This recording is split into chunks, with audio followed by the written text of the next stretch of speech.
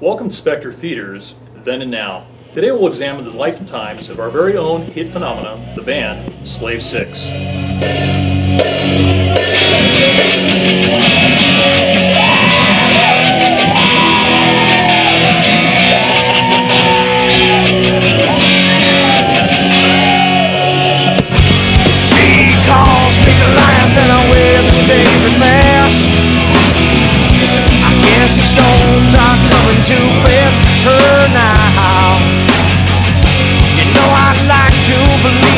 Nervousness will pass. All the stones that are thrown are building up a wall. I have become connoisseur to this world. Slave 6? That's what we're here for? That's a true Hollywood story. How did you first meet Slave 6? Whew. Let's see.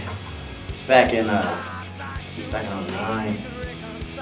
Club scene was big, and they just were looking to party. I had VIP, all these hoes. I was lonely and bored. They looked the same. They're sitting at the bar looking to get up on VIP. I just lit them up. I was like, yo, lit them up. And introduced myself, and they knew me from my stomach and my face and stupid sayings I say all the time because I'm a fucking retard. So, they came up, sampled some of the goods I had up there, alcohol and a little bit of some other stuff. And ladies, they enjoyed a lot, especially Buzz and Odell together for some reason. It's kind of weird, but yeah, it's for someone like them. Since then, we always kicked it after that. Grass, and I heard the band playing, so I kind of went up and knocked on the door. Trying to start a conversation. I told them I live next door and they were being too loud. Oh, Mike Morris. He's a cool cat. The last thing I heard, he left because he caught beaver fever. And he wanted to go, follow that. I don't even know how old he was, like 12. Mike Morris is from Canada. Did you know that? Bet most people don't know that. Name me a good band from Canada, and Rush doesn't count. Next question. Big Money Honey Mike. Well, Mike always had this weird paranoia about him, believing rumors. Went on forever. Mostly fans started, anti-fans. About, the band looking for a new bassist. And he ended up taking this long-standing offer, go play for Pearl Jam. He loved them, wanted to be a part of the show, so he did. It's either that or for the stuff he used to lace his plot with. We all know that Mike Morris is back in Canada, fleeing on those marijuana charges. Well, after Mike died, it was hard initially.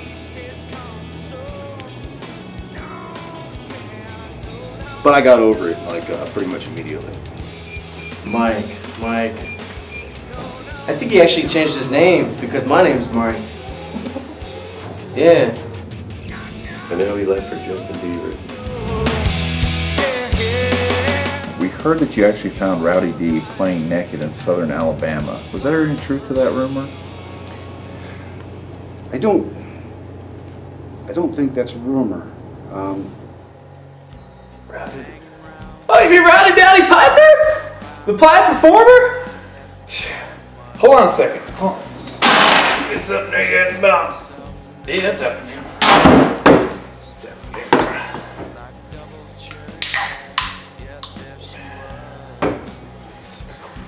The Piper we found down in Southwest Texas. We went down there for a show. We were playing a gig. I don't know where the hell it was at, Dallas or Amarillo, somewhere down there. And we went out before the concert started, and we saw this little luchador mask going on, this wrestling match. And this one guy really caught our eye. Went and played our gig. Went to an after show at a local pub. Same guy was there playing. Rowdy Dowdy. That's how that started, all right. Cannonball.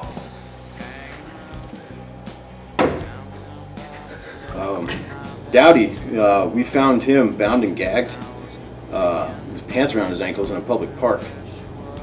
No kidding. And once we cleaned him up, at first I thought it was a coyote, but once we got him all cleaned up, we saw that it was a human being. No, I'm being serious. And he said that he could play the bass, and just so happened we needed a bass player. We were somewhere in southern somewhere. But yeah, that's about it. All right, let me tell you something. There's a reason we picked this bathroom. It's got some history with Rowdy D. In this very stall here, he was discovered. That's all you need to know. D was, I think he was turning tricks. He's naked on the fucking corner somewhere down in Alabama or some shit. And he was just playing bass. And they liked the way he sounded. You know, even though he was fucking naked, you know, quarters, dollar bills, whatever they had. I think it cost him like $37, and he came with him. He was just looking for, you know, for people to hang out with and a good time. So they showed him it. They definitely did. I think all in all, they just had to teach him how to keep his clothes on and, you know, stop giving TJs down the hallway and backstage and shit. We're on our way to Biloxi, and sure enough, we just lost a bass player, and there is Steve Dowdy on the side of the road, mostly naked. We just stopped to give him, we felt so bad for the guy, we was going to give him a handout, and lo and behold, he turned into be a bass player. So. How and why did Espinoza move from the band Trainable Box All right. to be the... There's a lot of talk about Espinoza. You know his first name? Carlos. Carlos Espinoza. Notorious drug lord. That's how we did it. Hey, somebody else coming in here? You better shut that door. Next question. Trainable. Yeah, that's about all they were. You couldn't train him. Shit. Well, bottom line, they just wouldn't pay him enough. Wouldn't pay him enough. Wouldn't give him his own tour bus. I don't know why. The guy was a genius. I wouldn't give it to him. With stripper poles. Espinoza. You know, he used to be a luchador before that? Yeah, he's got the mask and all. I didn't even know he was in the band called Trainable Box. Well, if I was in a band called Trainable Box, I would have left too. Buzz brought him through, and you know, he figured he needed somebody to put it up. Buzz is getting kind of old, you know. Espinoza's young, rugged, Spanish, almost like a young what's his name, Rico Iglesias, you know, before he was gay.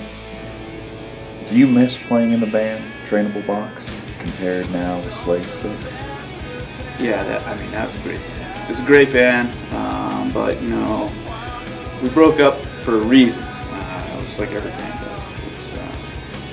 It's well known that Hollywood Reynolds, our bass player in the band, had some transvestite type issues, and not, you know, I'm not judging anybody.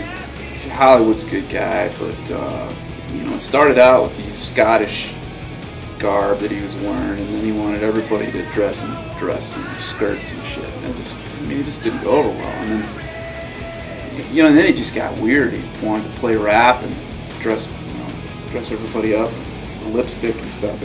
I couldn't deal with it anymore, you know. So it was fun while it lasted and everything, but you know, Mike Vasquez, you know, the thing about Mike playing drums back then, he didn't like to run around naked and jump on you and shit like the dude in Hangover, you know, jumps out of the trunk and he's like a naked little monkey like Thompson, you know, will just attack you without any warning. But Vasquez didn't do that. He's a pretty cool dude. So I miss that kind of stuff, but this is a good band too. I don't know, whatever. It wasn't always this easy. The band itself always had a great amount of cohesion. However, the lead singer, Buzzga, did have bouts of depression and eventually had a major breakdown. A lot of rumors was, you know, shit's been going for a while within the band. Buzzsaw wanted to change some music. Band didn't want to. He said boy band thing was gonna rebound. Band just didn't know. That shit didn't fly.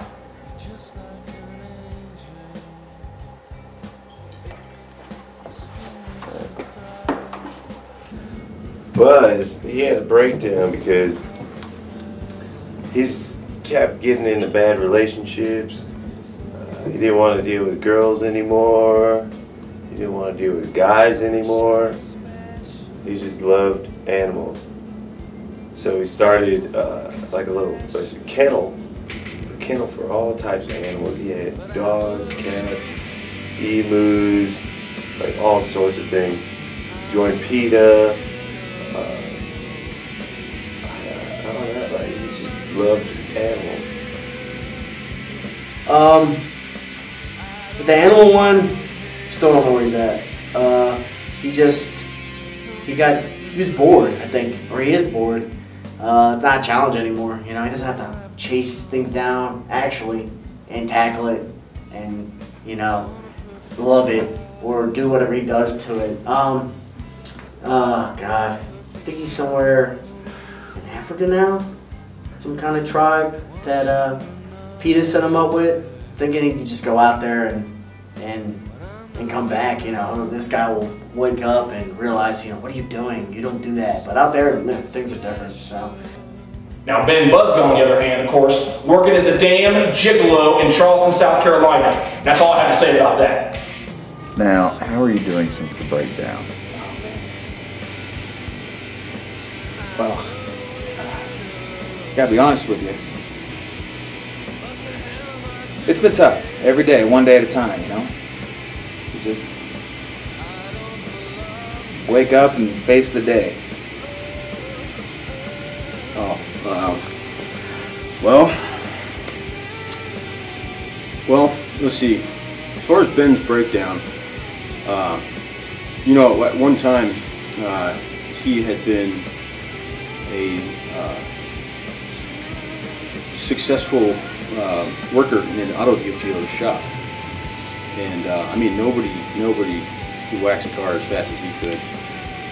And with the downturn of the economy, you know, we've had well, there's been a lot fewer people taking to get their cars detailed, and boy, that just rattled his cage. And so he was out on the street.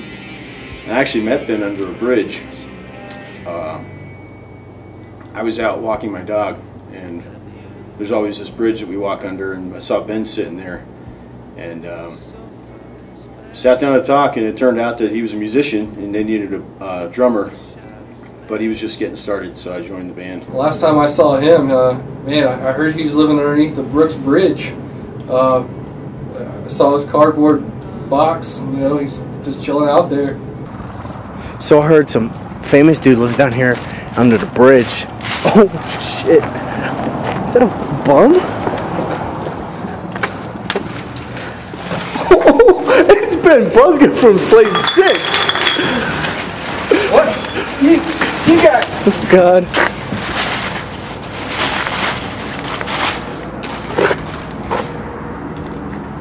You here for the show? No, but can I have your autograph? You seen a hooker named Juana? Your breakdown has been shown all over YouTube.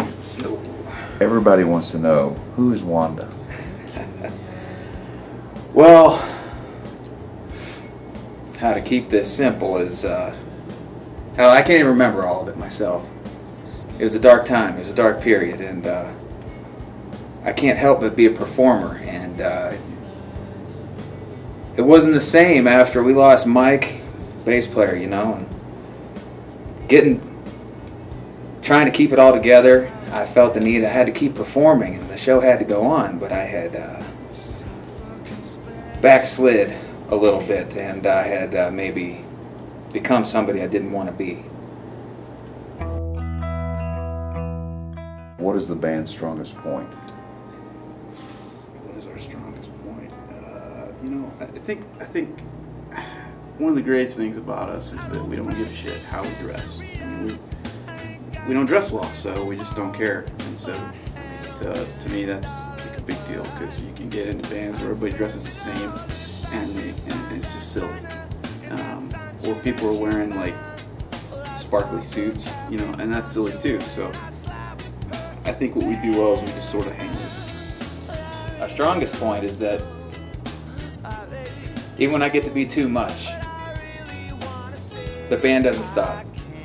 Show goes on. The band's strong point, I would say, is our ability to buy new equipment. We have brought down some serious stuff. So that's always good. We're still waiting on our sponsorships. We got the letters in, and we also probably need an agent and a manager, but we're working on those things. And so until then, we're buying our own stuff, and we've gotten pretty good at it. My favorite song, that's a tough one. Pretty much any of the songs I sing, really, but you know, like really, it's what makes the hits.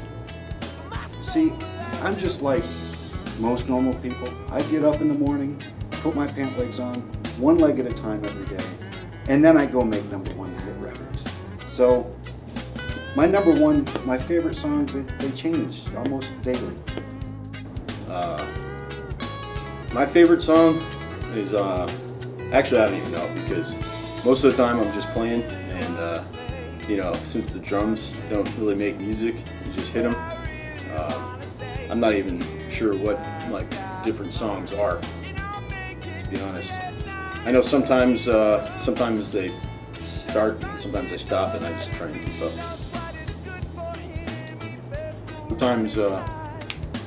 Sometimes we play different songs at the same time, and we work through those things.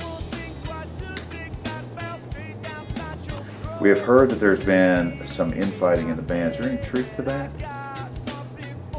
Well, anytime you have the creative magic in a band such as Slave 6, there's going to be a difference of opinions. So yes, there's fighting. It's nothing more than a sibling rivalry. Well, we've heard that there's been some infighting in the band. Is there any truth to that? Look, everybody's talking about my attitude.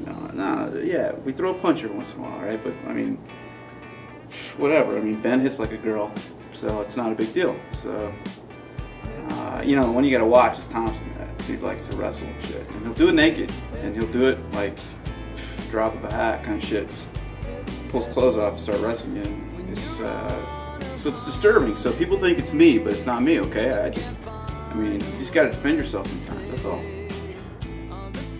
Okay, we have heard that there's been some infighting in the band. Is there any truth to this? No. Well, no, it's not. No. Well, it's true. But we generally settle all of our conflicts with wrestling matches and foot races. I typically win the wrestling matches, but I come in probably about 3rd place in the foot races. Every once in a while, we'll, you know, if it's a tie, we'll settle it with like a spelling contest for kind of more of a difficult word, and I do okay. Actually, most part, I misspelled one of the words one time, but for the most part, it's pretty good. But other than that, no, there's nothing that's going to stop us from playing. We have heard that there's been some infighting in the band. Is there any truth to that rumor? Oh no, man, those guys love me. I don't know I don't even know what that question would be about. Next question. Now you're about to go on your world tour, so what's going through your mind right now? Party. Nothing but a big party. Everyone wants to come to see the show, and we like putting on a show, and they like to come party. We are the party. All right, you're about ready to go out on your world tour, so what's going through your mind? Mostly, do I pack everything that I need for the road? Taught to always be prepared, so I'm thinking about things like toothpaste, underwear, socks. Right now I've only got one pair of shoes, so probably gonna have to get another pair of shoes.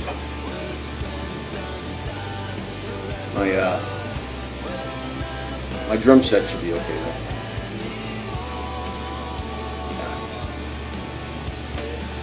You're about ready to go on world tour for the first time, so what's going through your mind?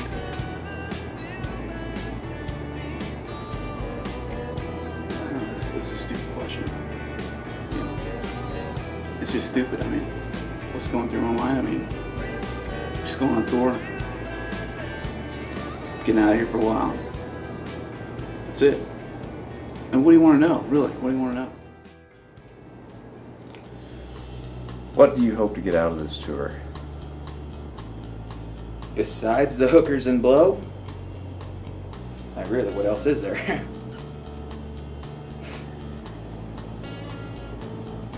What do I hope to get out of this tour? Lots of money and blow. What else do you get out of a rock tour? You know, I don't know, Rob. I mean, you know as well as I'm broke. So, I mean, all I really want to do is get unbroke. And if I can make $3 to scratch together and buy a hamburger, I'll be good to go. What do you hope to get out of this tour?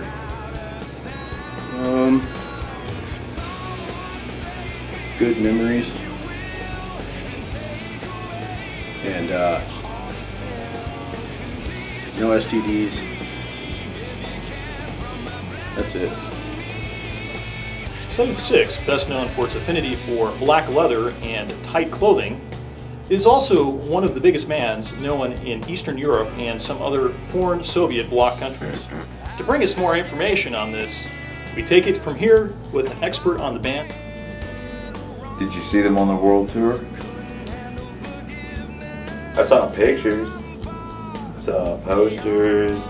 I was there, but I passed out like 3 o'clock in the afternoon at a 40 party. Chocolate Bill.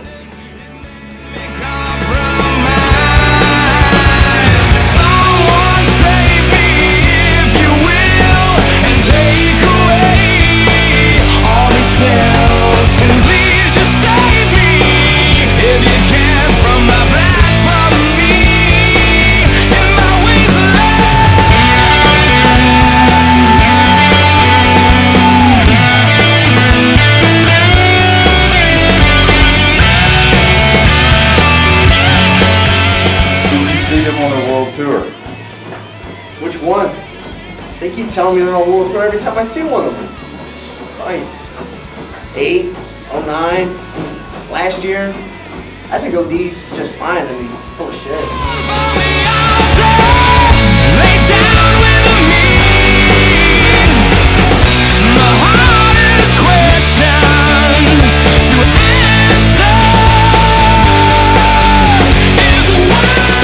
When I was out in Tokyo, you know, I was out there for a book signing. I didn't even write the damn thing. You know, they were just like, hey, your face and names on this. Had something to do with GTL, so I went out there, you know, flew me for free, ate some sushi, banged some Asian broad.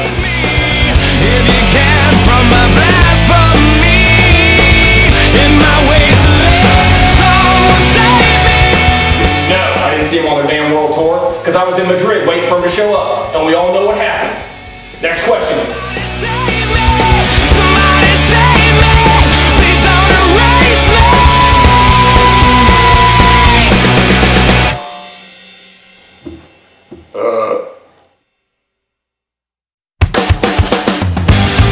What is the craziest thing that you and the band have done together? I refuse to answer that on the grounds that it may incriminate me. Any crazy stories? Oh man, I remember this one time.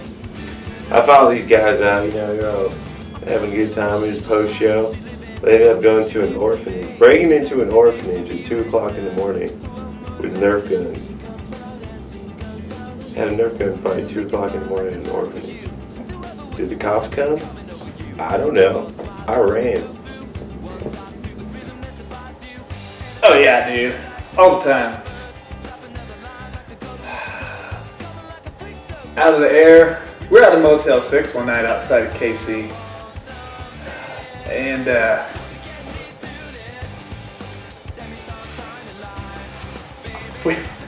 we got a hold of a tub of industrial strength crazy glue.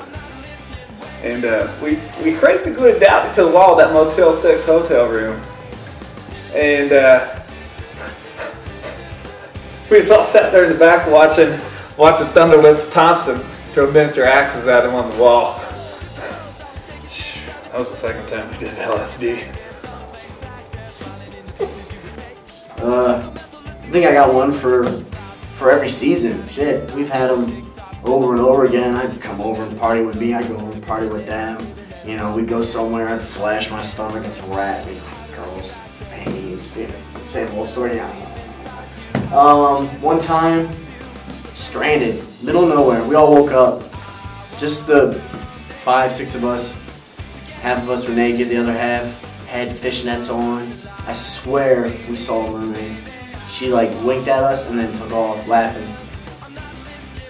I think for a while we thought we were on another planet. I don't know. Nice concert going on. Afterwards we were partying, and I think the drummer, man, Thompson. I think he ended up getting in a fight with some guys, and they shoved his drum cymbals up his ass. And oh shit, he was shitting pancakes for weeks. The success of Slave 6 was too good to be true. Eventually something was bound to happen.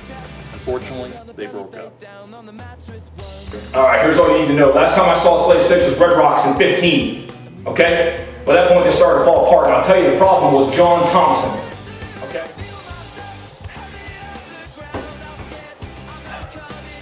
Well, that was easy. Odie just couldn't put down the bottle. Ozzy Odie couldn't put down that bottle. Everybody knew it. Everybody knew it. Everywhere we went, carried around this big slam of Diet Mountain Dew. Call it the Green Monster. We don't know what. This dude went through so much Mountain Dew, Diet Mountain Dew, and regular Mountain Dew. This guy could down Mountain Dew. Every time he was on stage, you'd see like 6 or 7 Mountain Dew bottles just strewn everywhere, all over.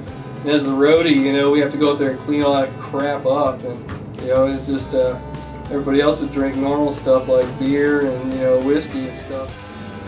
So then they started to fall off, and they couldn't find any more gigs. Nobody wanted to listen to them anymore.